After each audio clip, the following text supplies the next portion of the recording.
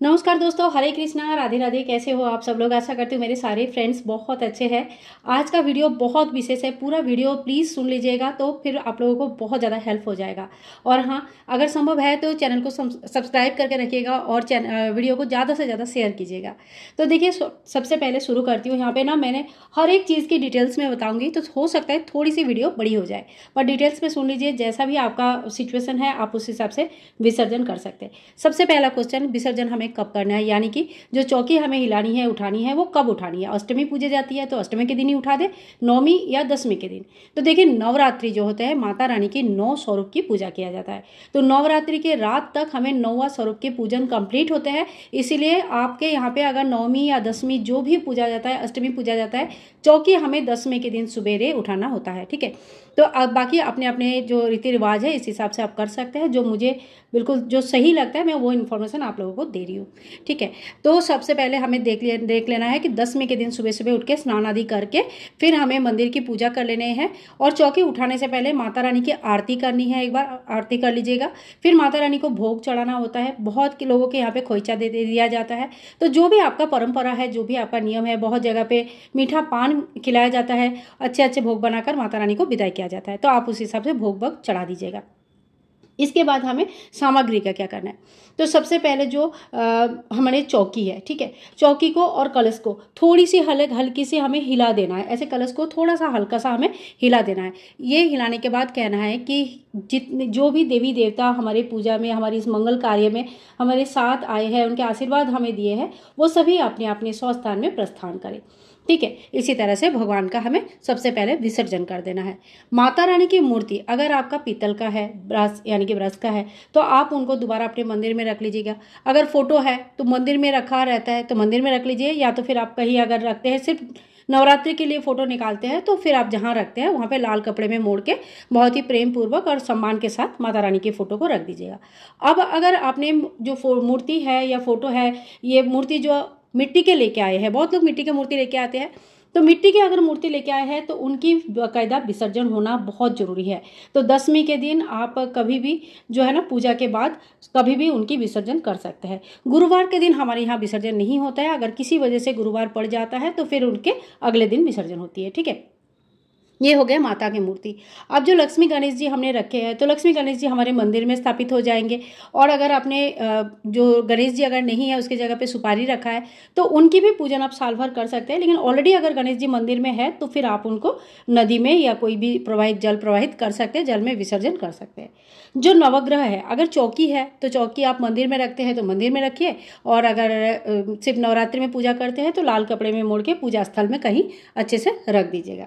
और जहाँ तक सवाल है अखंड दिया का, तो दिया में दसवीं के दिन के बाद आप और तेल मत डालिए, लेकिन दिया को बुझाना भी नहीं है जब तक ये खुद से ना बुझ जाए। तो इनको बुझाना नहीं है, दिया ऐसे ही रहेगा। आप दिया जलते हुए भी विसर्जन कर सकते हैं, लेकिन दिया को बुझाना नहीं है, हिलाना नहीं है। ठीक है, इसके बाद आते हैं चौकी में रखा भोग प्रसाद। भोग प्रसाद जो भी है ये घर के सभी मेंबर में बांटा जाएगा।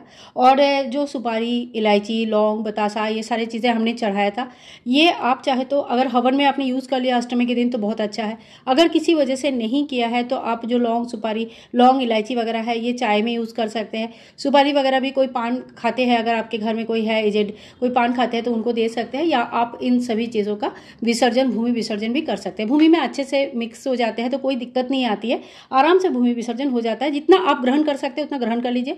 जो ग्रहण करने लायक नहीं लग रहा है आपको, वो आप विसर्जन कर दीजिए। एक सिंपल सा रूल है, ये याद रखिएगा। इसके बाद देखिए, अगर आप लोगों ने ज्वारे बोए हैं तो ज्वारे जो है ना संभाल कर रख लीजिए, दसवीं की पूजा में काम आता है। दसवीं की पूजा कैसे किया जाता है इसकी वीडियो भी मैं चैनल पर अपलोड करूंगी बहुत जल्दी, तो वो वीडियो देख लीजिएगा। और ये जो ज्वारे हैं, ये हरे भरे ज्वारे जो होते हैं ना, ये बहुत लोग अपनी तिजोरी में भी रखते हैं। थोड़ी सी कपड़े में मोड़ के या कागज में मोड़ के तिजोरी में रखते हैं। कहते हैं इससे लक्ष्मी जी की आशीर्वाद मिलती है, समृद्धि होता है घर में। तो अपने अपने विश्वास के परंपरा के अनुसार जवारे रखा जाता है। बाकी जो जवारे होते हैं ये आप गाय माता को खिला सकते हैं। गेहूं का जवारे उगाए है तो इसका जूस बनाकर भी बहुत लोग पीते हैं। तो ये जवारे हो गया। अखंड दिया जब शांत हो जाएगा तब इसको धोकर आप रख दीजिए, और दोबारा जब बड़ी पूजा आएगी तब यूज़ कर सकते हैं। जो अगर गुल्लक वगैरह नया आपने यूज़ करना, व्यवहार करना शुरू किया इसी नवरात्रि से, अपने लिए या भगवान के लिए पैसा जोड़ना शुरू किया, इसको बहुत ही अच्छे से रख दीजिए। नियम करके समय समय पे यहाँ पे आप पैसा जमा करते रहिएगा। नहीं तो अगर पैसा जमा नहीं करेंगे तो गुल्लक रखने का मतलब ही क्या बन गया। साल भर में आपके यहाँ पे कुछ तो पैसा जमा होना चाहिए। इसके साथ ही देखिए कोई जो माला वगैरह हमने लिया है जप करने के लिए, जो बुक्स वगैरह हमने लिया है पढ़ने के लिए, सप्तशती पाठ है, ये सारे अपने अपने जहाँ से निकाले हैं, अपने बुक्स जहाँ रखते हैं, माला जहाँ रखते हैं पूजा के, बहुत ही अच्छी तरह से वो सारी चीज़ें रख दीजिए। सिंदूर को बहुत ही संभाल के पूजा मंदिर में रख सकते हैं। डेली पूजन के बाद माँ पार्वती को या माँ दुर्गा को आप सिंदूर लगा सकते हैं। हाथ में बची हुई सिंदूर अपनी मांग में भरे, साल भर ये काम करे, बहुत अच्छा रहता है, बहुत बड़ी आशीर्वाद है। दुनिया का सुहागन स्त्रियों के लिए दुनिया का सबसे बड़ी आशीर्वाद है। तो सिंदूर को बहुत संभाल के रखिएगा।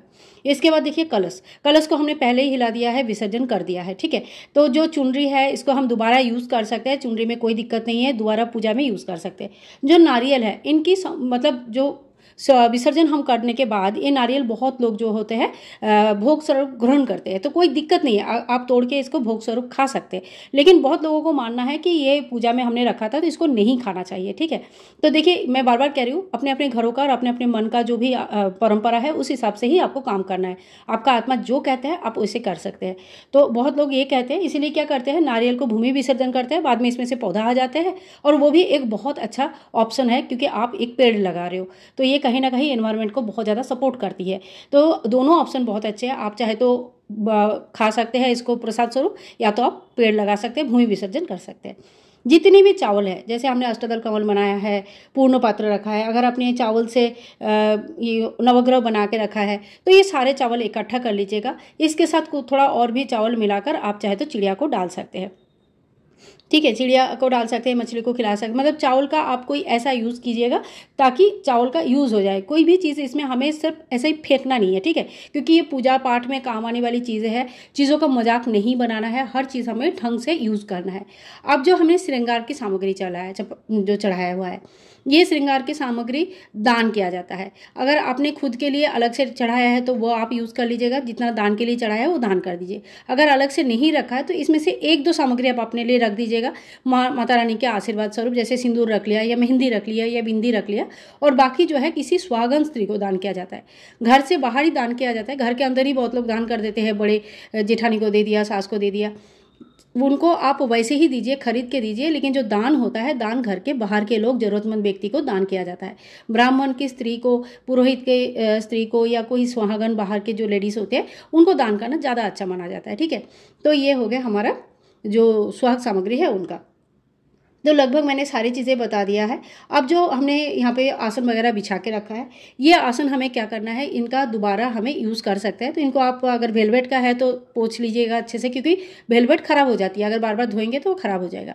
अगर ऐसे नॉर्मल कपड़े हैं जिसको आप आराम से धो सकते हैं, सूती वस्त्र है, ब्लाउज पीस है, उसको धोकर दोबारा पूजा में यूज़ कर सकते हैं, ठीक है। जितने भी फूल पत्ते हैं, ये फूल पत्ते सारे जो खाद बन जाती है, तो इसको आप अपने गमले में, छोटे गमले में या मिट्टी में दबा सकते हैं। कलश के अंदर जो जल है, ये जल पूरे घर में छिड़कना है, बाथरूम टॉयलेट में नहीं छिड़कना है, पूरे घर में छिड़कना है। इससे घर में शुद्धिकरण होता है, सकारात्मक ऊर्जा आती है, पॉजिटिविटी आती है, अच्छा माना जाता है। माता रानी की 9 दिन के आशीर्वाद इसमें रहता है, ठीक है। और जो हल्दी, सुपारी, 1 रुपये का कॉइन इत्यादि हमने डाला था, ये सारे निकाल लीजिए। निकाल के इसको धूप में अच्छे से सुखा लीजिएगा। दोबारा जब हम कलश स्थापना करेंगे, जैसे आगे आने वाली बहुत सारे त्यौहार हैं, सभी में हम उनको दोबारा यूज़ कर सकते हैं। आप चाहे तो उनका विसर्जन करके नया भी यूज़ कर सकते हैं, तो जैसा आपको सही लगे, ठीक है। तो आई होप यहाँ पे जितनी भी सामग्री है हमारे चौकी में, उन समस्त सामग्री का मैंने प्रॉपर तरीके से बताया है। जो हवन हमने किया है, हवन का राख अगर आपने जमा करके रखा है तो उसे अच्छी तरह से छान लीजिएगा।